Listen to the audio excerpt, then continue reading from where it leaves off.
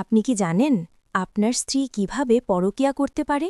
হ্যাঁ, কাছাকাছি থেকেও অনেক সময় আপনি বুঝতে পারেন না কখন তার মন অন্য কারোর দিকে চলে যাচ্ছে। ছোট ছোট চিহ্নগুলো আপনাকে সতর্ক করতে পারে।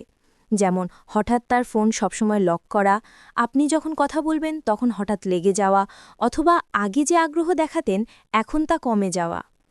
আজকের ভিডিওতে আমরা দেখাবো কিভাবে বুঝবেন যে আপনার স্ত্রী অন্য কারোর প্রতি আকৃষ্ট হতে পারে।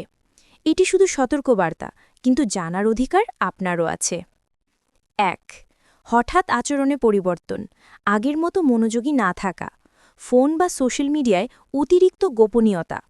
উদাহরণ, সকালের চা বা রাতের খাবারের সময় আগের মতো গল্প করেন না, সবসময় ব্যস্ত থাকেন।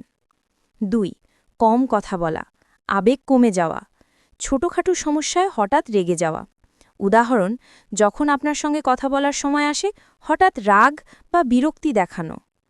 আপনি কি এখন পর্যন্ত এই চিহ্নগুলোর মধ্যে কোনোটা লক্ষ্য করেছেন? ভিডিওটি দেখতে থাকুন, আর হ্যাঁ, লাইক দিন, কমেন্ট করুন, আর সাবস্ক্রাইব করতে ভুলবেন না, কারণ আপনার বন্ধুরাও এটা জানতে পারে, খুব দরকারি। ৩. হঠাৎ সাজগোজে অতিরিক্ত মনোযোগ, নতুন পোশাক, পারফিউম, জিম বা স্বাস্থ্য সচেতনতা বাড়ানো। উদাহরণ, হঠাৎ নতুন হেয়ারস্টাইল বা পোশাক কিনেছেন যা আগে দেখা যেত না। ৪. ফোন বা কম্পিউটার সবসময় লক রাখা, চ্যাট মেসেজ বা কল লুকানো।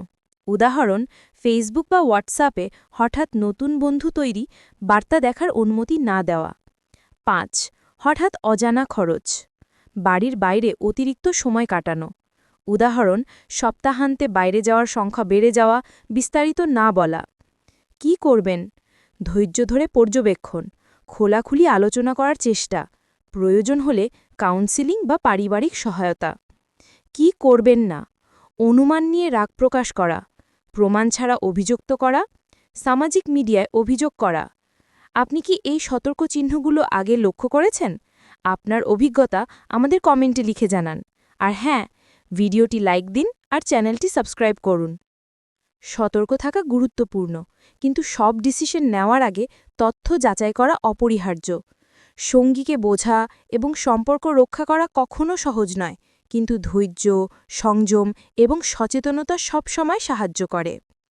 ভিডিওটি যদি আপনাদের কাজে আসে তবে লাইক, কমেন্ট ও সাবস্ক্রাইব করতে ভুলবেন না। আর বন্ধুদের সঙ্গে শেয়ার করুন, কেউ হয়তো এই তথ্যের প্রয়োজন পড়তে পারে। সাবধান থাকুন, ভালো থাকুন।